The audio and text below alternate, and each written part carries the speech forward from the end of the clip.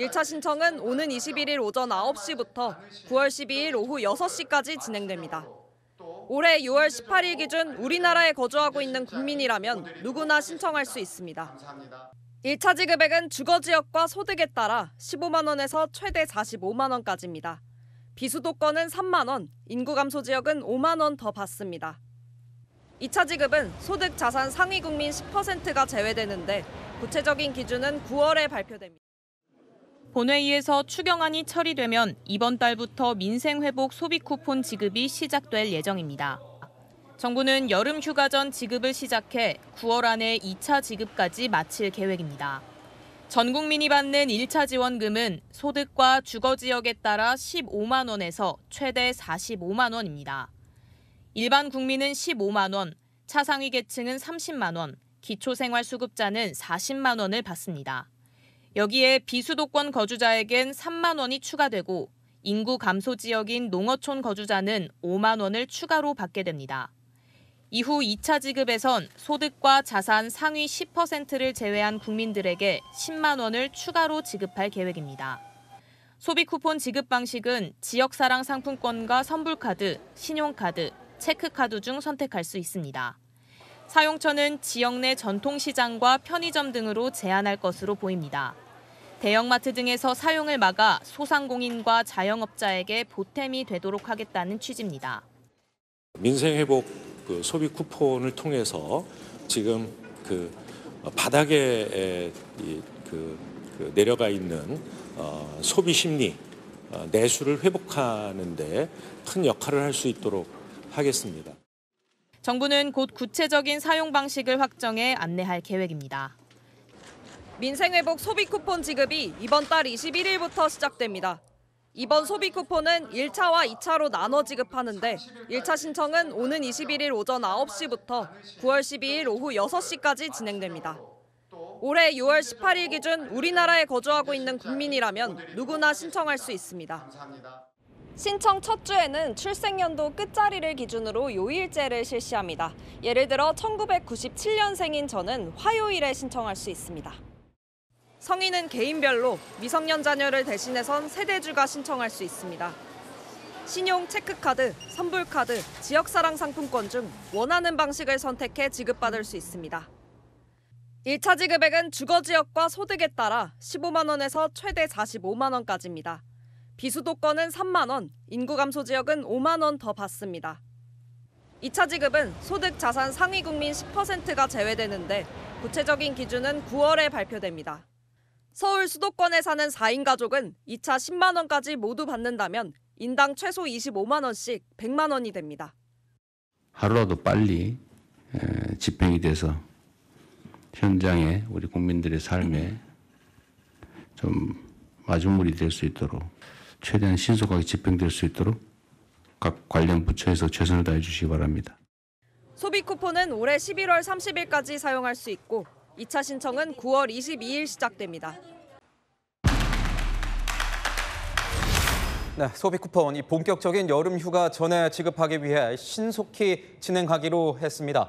얼마를 어떻게 받고 어디에 쓰는지가 궁금한데 자세한 내용은 정책사회부 김승희 기자와 이야기 나눠보도록 하겠습니다. 자, 김 기자, 먼저 내가 얼마를 받는지가 가장 궁금할 것 같습니다. 네, 전 국민이 1인당 최소 15만 원을 받을 수 있습니다. 다만 차상위 계층이나 한부모 가족인 경우 30만 원, 기초생활수급자인 경우 40만 원부터 시작하는데요. 이 기준에서 비수도권은 3만 원, 인구 감소 지역은 5만 원을 추가로 받습니다. 2차 지급은 소득 상위 10%를 제외한 국민들에게 일괄적으로 10만 원을 지급하는데요. 건강보험료를 기준으로 하되 고액 자산가를 제외할 수 있는 기준도 따로 마련해서 9월 중에 발표할 예정입니다.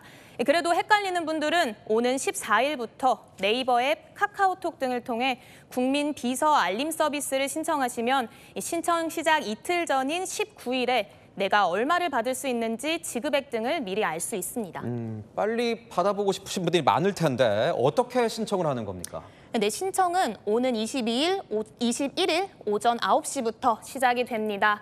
이 신청과 동시에 사용을 원하는 분들은 신분증을 지참해 주소지 관할에 읍면동 행정복지센터를 방문해 종이로 된 지역사랑 상품권 혹은 선불카드를 수령하면 됩니다. 이외에는 모두 신청 다음 날 지급이 되는데요.